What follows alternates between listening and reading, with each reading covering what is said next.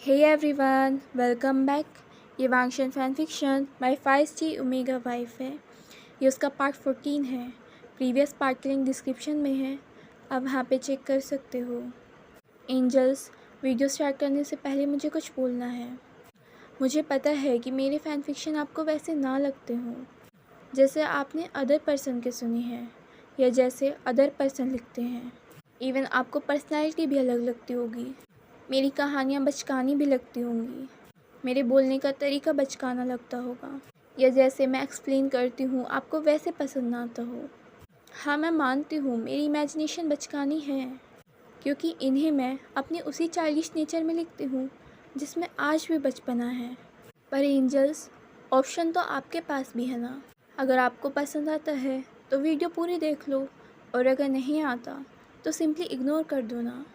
आपके कुछ बुरा बोलने से क्या कुछ हो जाएगा? आपका मूड ख़राब होगा और मेरा दिमाग ख़राब। अगर ये कहूँ कि वर्ड्स इम्पैक्ट नहीं डालते तो ये झूठ होगा, क्योंकि ये डालते हैं और ये बात सभी को पता होती है। मैं फिर से कह रही हूँ एंजल्स, यहाँ आपको कोई फोर्स नहीं कर रहा। पसंद आए तो देख लो, नहीं आ रहा तो सिंपली इग्नोर कर दो ना। तो चलिए बिना देरी के शुरू करते हैं। वांगजी और विंग दोनों ही कोल्ड पॉन्ड में होते हैं। विंग अपने फेस को वांगजी की नेक के पास ले जाता है। वांगजी के शोल्डर पे से कपड़े को हटा देता है। उसकी आंखें रेड हो जाती हैं, फिर पर्पल हो जाती हैं। उसके बाद विंग के फैंग्स बाहर आ जाते हैं और वो उन्हें वांगजी की स्किन में पुश करता है। वांगजी अपनी आंखें बंद कर लेता है। जब विंग वांगजी से अलग होता है तो वहाँ पर गर्दन पर लिक कर लेता है। जैसे ही विंग लिक करके हटता है, वहाँ पर एक फॉक्स का निशान आ जाता है। उसके बाद वांगजी विंग को उसकी कमर से पकड़ लेता है। वो अपने फेस को विंग के नेक के पास ले जाता है, उसके शोल्डर पे से कपड़े को हटा देता है और अपने फैंग्स को विंग की स्किन में पुश कर देता है। जैसे ही ब्लड बाहर आने लगता है, विंग एकदम से फ्लिंच हो जाता है। जब विंग ने वांगजी को मार्क करा था तो वांगजी पे तो कोई ज़्यादा फ़र्क नहीं पड़ा था, क्योंकि उसकी डिमोनिक फॉर्म और उसकी ह्यूमन बॉडी दोनों ही स्ट्रॉन्ग हैं। लेकिन विंग की ह्यूमन बॉडी स्ट्रॉन्ग नहीं है। धीरे धीरे विंग का विज़न ब्लर होने लगता है। जब वांगजी अलग होता है, वो वहाँ पर विंग के नेक पर लिक कर लेता है। जैसे ही वांगजी विंग से अलग होता है, विंग के नेक पर एक डेमोनिक हेलो का साइन आ जाता है। विंग एकदम से बेहोश हो जाता है। वांगजी विंग को संभालता है और उसे उसके रूम तक ले जाता है। वो वहाँ पर एल्डर लैनी को भी बुलाता है कि मदर, आखिर विंग को क्या हो गया है। एल्डर लैनी बोलती हैं, डरने की कोई बात नहीं है, वो बस उस पेन और प्लेज़र को एक साथ नहीं झेल पाया, इसीलिए बेहोश हो गया है। विश्वास करो, वो थोड़ी देर में होश में आ जाएगा। जब विंग को कुछ टाइम बाद होश आ जाता है तो वो अपने मार्क को मिरर में चेक करने लगता है। वो काफ़ी ज़्यादा खुश होता है और एक बनी की तरह उछल रहा होता है।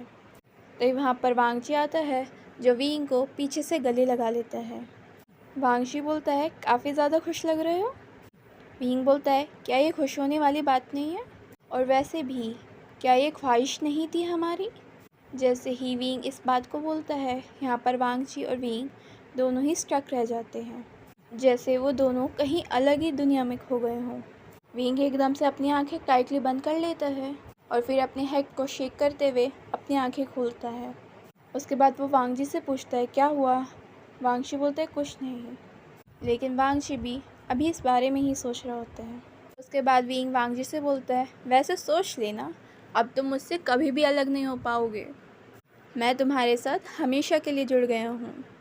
वांगजी विंग को अपनी तरफ पुल करते हुए बोलता है, मुझे छोड़ना भी नहीं है, और उसके बाद वो विंग को किस करने लग जाता है। इधर दूसरी तरफ हम लोग शावू को देखते हैं, जो कि फॉलन एंजल और वेंचाओ के पास होती है। वेंचाओ बोलता है, तुम मेरी हेल्प करोगी किसी भी तरह विंग तक पहुंचने में, और उसके बाद आगे का काम मैं खुद संभाल लूँगा। शावू बोलती है, मैं तुम्हारी हेल्प क्यों करूँ, मैं पहले ही तुम लोगों की बात मान चुकी थी और उसका रिज़ल्ट देख लिया ना क्या हुआ, और जब मुझे वांगजी वैसे भी नहीं मिलने वाला तो फिर मेरा क्या फ़ायदा है, और तुम लोग खुद ही जाके इस काम को क्यों नहीं कर लेते। फॉलन एंजल बोलती है, अगर हम खुद ही कर सकते तो हम तुम्हारी हेल्प कभी नहीं मांगते। और रही बात उस अल्फ़ा की, तो अभी तुम हमारी हेल्प करो, उसके बाद हम कुछ ऐसा ज़रूर कर देंगे जिससे कि वो तुम्हारा हो जाए सिर्फ। और अब तुम वैसे भी कहीं नहीं जा सकती। शावू उनकी मदद करने के लिए मान जाती है। अब दिन बीतने शुरू हो जाते हैं। विंग अपनी प्रैक्टिस पर काफ़ी ज़्यादा ध्यान दे रहा होता है और वो काफ़ी अच्छा कर रहा होता है। विंग अपनी तलवारबाजी की प्रैक्टिस कर रहा होता है, तभी वांग जी वहाँ पर शुयांग के साथ आता है। विंग अपनी तलवारबाजी की प्रैक्टिस में ही खोया रहता है और वांग जी विंग को ही देखता रहता है। शुयांग वांग जी से बोलता है, आप उन्हें काफ़ी ज़्यादा पसंद करते हो। वांग जी शुयांग की तरफ देखता है लेकिन कोई आंसर नहीं करता और उसका चेहरा भी बिल्कुल एक्सप्रेशन लेस होता है। उसके बाद वो वहाँ से विंग के पास चला जाता है। शुयांग सोचता है, वाओ सीरियसली, एक एक्सप्रेशन भी नहीं, दूसरों के लिए तो ये बिल्कुल स्टोन फेस रखते हैं। वांग जी भी जाकर विंग के साथ तलवारबाजी की प्रैक्टिस करने लगता है। दोनों आपस में लड़ रहे होते हैं। वांग जी अपना डिफेंस कर रहा होता है। विंग वांग जी पर पूरी तरह से वार करने की कोशिश करता है। वांग जी को ये देखकर काफ़ी ज़्यादा खुशी होती है कि विंग कितना अच्छा है तलवारबाजी में। दोनों काफ़ी देर तक ऐसे ही लड़ते हैं। उसके बाद जब दोनों थक जाते हैं तो दोनों वहीं बैठ जाते हैं। विंग वांग जी की तरफ देखता है और एक बड़ी सी स्माइल करते हुए बोलता है, मुझे काफ़ी ज़्यादा मज़ा आया। वांग जी भी विंग की तरफ एक छोटी सी स्माइल के साथ देखता है। वांग जी विंग से बोलता है, चलो अब तुम्हें फ़्रेश होकर थोड़ा आराम भी कर लेना चाहिए। विंग हाँ बोलता है। दोनों उठते हैं, तभी विंग एकदम से अनकॉन्शियस हो जाता है। वांग जी विंग को ऐसे देखते ही एकदम से डर जाता है और उसे संभालते हुए ब्राइडल स्टाइल में कैरी कर लेता है। वो विंग को बेड पर लिटाने के बाद वहाँ पर वेंचिंग को बुलाता है। वेंचिंग और एल्डर लैनी वहाँ पर आते हैं। वेंचिंग विंग को चेक करती है। वांग जी पूछता है, क्या हुआ, सब ठीक है ना? वेंचिंग बोलती है, हाँ कुछ नहीं हुआ है, ये प्रेग्नेंट है। ये सुनते ही वांग जी को तो एकदम से समझ ही नहीं आता कि आखिर वो क्या रिस्पॉन्स करे। लेकिन उसके बाद वांग जी एक स्माइल करता है क्योंकि अब वो उस फीलिंग को महसूस कर रहा होता है। विंग अपनी आंखें खोलता है। आंखें खोलने के बाद वो वहाँ पे एल्डर लैनी और वेंचिंग को देखने के बाद पूछता है, क्या हुआ, आप सब यहाँ पे क्या कर रहे हो? वांग जी विंग को बताता है कि वो प्रेग्नेंट है। ये सुनते ही तो विंग एकदम से खुशी के मारे उछल पड़ता है। वांग जी बोलता है, तुम इतना क्यों उछलते हो? विंग बोलता है, सॉरी, शायद इसलिए कि मैं एक वुल्फ हूँ। वांग जी बोलता है, तुम एक फॉक्स हो। विंग बोलता है, हाँ वो मैं भूल गया। वांग जी बोलता है, तुम कुछ अजीब नहीं हो भूलने के मामले में, ये बात कौन भूल सकता है, ये समझ नहीं आ रहा। विंग बोलता है, हो जाता है। वांग जी बस विंग को ही देख रहा होता है कि आखिर कोई और भी है इस दुनिया में ऐसा। विंग वांग जी के फेस के आगे हाथ हिलाते हुए बोलता है, क्या हुआ, तुम खुश नहीं हो क्या? वांग जी बोलता है, नहीं नहीं, मैं काफ़ी ज़्यादा खुश हूँ, मैं बस तुम्हें देख के हैरान हूँ। विंग पार्ट बनाता है लेकिन वांग जी उसे गले लगा लेता है। वांग जी अब विंग की सिक्योरिटी का और भी ज़्यादा ध्यान रख रहा होता है। वांग जी एल्डर लैनी से पूछता है, मदर, क्या कोई तरीका नहीं है जिससे सारी चीज़ें ख़त्म हो सकें? एल्डर लैनी बोलती है, हर चीज़ का वक्त निर्धारित होता है, चीज़ें ख़त्म हो जाएंगी, तुम बस ध्यान दो जो तुम कर रहे हो। वांग जी बोलता है, मैं ध्यान दे रहा हूँ, लेकिन आप खुद ही सोचिए, शाव वो ने ही विंग को हर्ट करने की कोशिश करी। वो फॉलन एंजल पीछे है और मैं नहीं चाहता कि विंग किसी भी तरह से हर्ट हो। और अब तक तो मैंने शावू को छोड़ दिया था, लेकिन अगर अब वो मेरे सामने आई तो मैं खुद ही उसे ख़त्म कर दूँगा। ये कहकर वांग जी वहाँ से गुस्से में चला जाता है। एल्डर लैनी खिड़की से बाहर देखते हुए सोचती हैं, शावू, ये तुमने क्या कर दिया बच्चे, तुमने इसके लिए जन्म नहीं लिया था, तुमने फिर से वही गलतियाँ कर दी। रात के समय विंग को नींद तो आ रही होती है लेकिन उसे अकेले नहीं सोना होता और वांग जी अपना कुछ वर्क कर रहा होता है। वांग जी जहाँ अपना वर्क कर रहा होता है, विंग वहीं चला जाता है। वांग जी पूछता है, क्या हुआ, नींद नहीं आ रही? विंग बोलता है, आ रही है। वांग जी बोलता है, हाँ तो सो जाओ। विंग बोलता है, ऐसे नहीं सोना मुझे। वांग जी बोलता है, तो फिर? उसके बाद विंग वांगची की जाके लैब में बैठ जाता है। वांगची बोलता है अरे।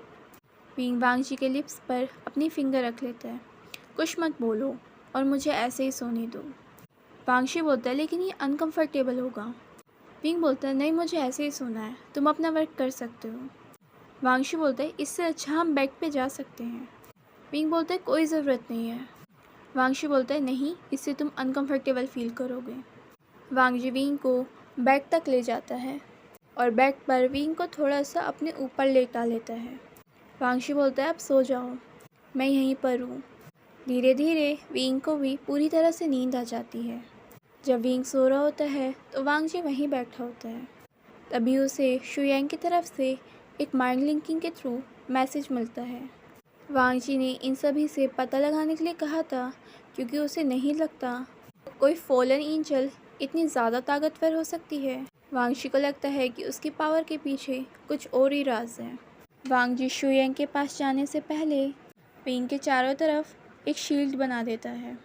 जब वांगची वहाँ से चला जाता है तो वे सभी रूम में डिस्कस कर रहे होते हैं।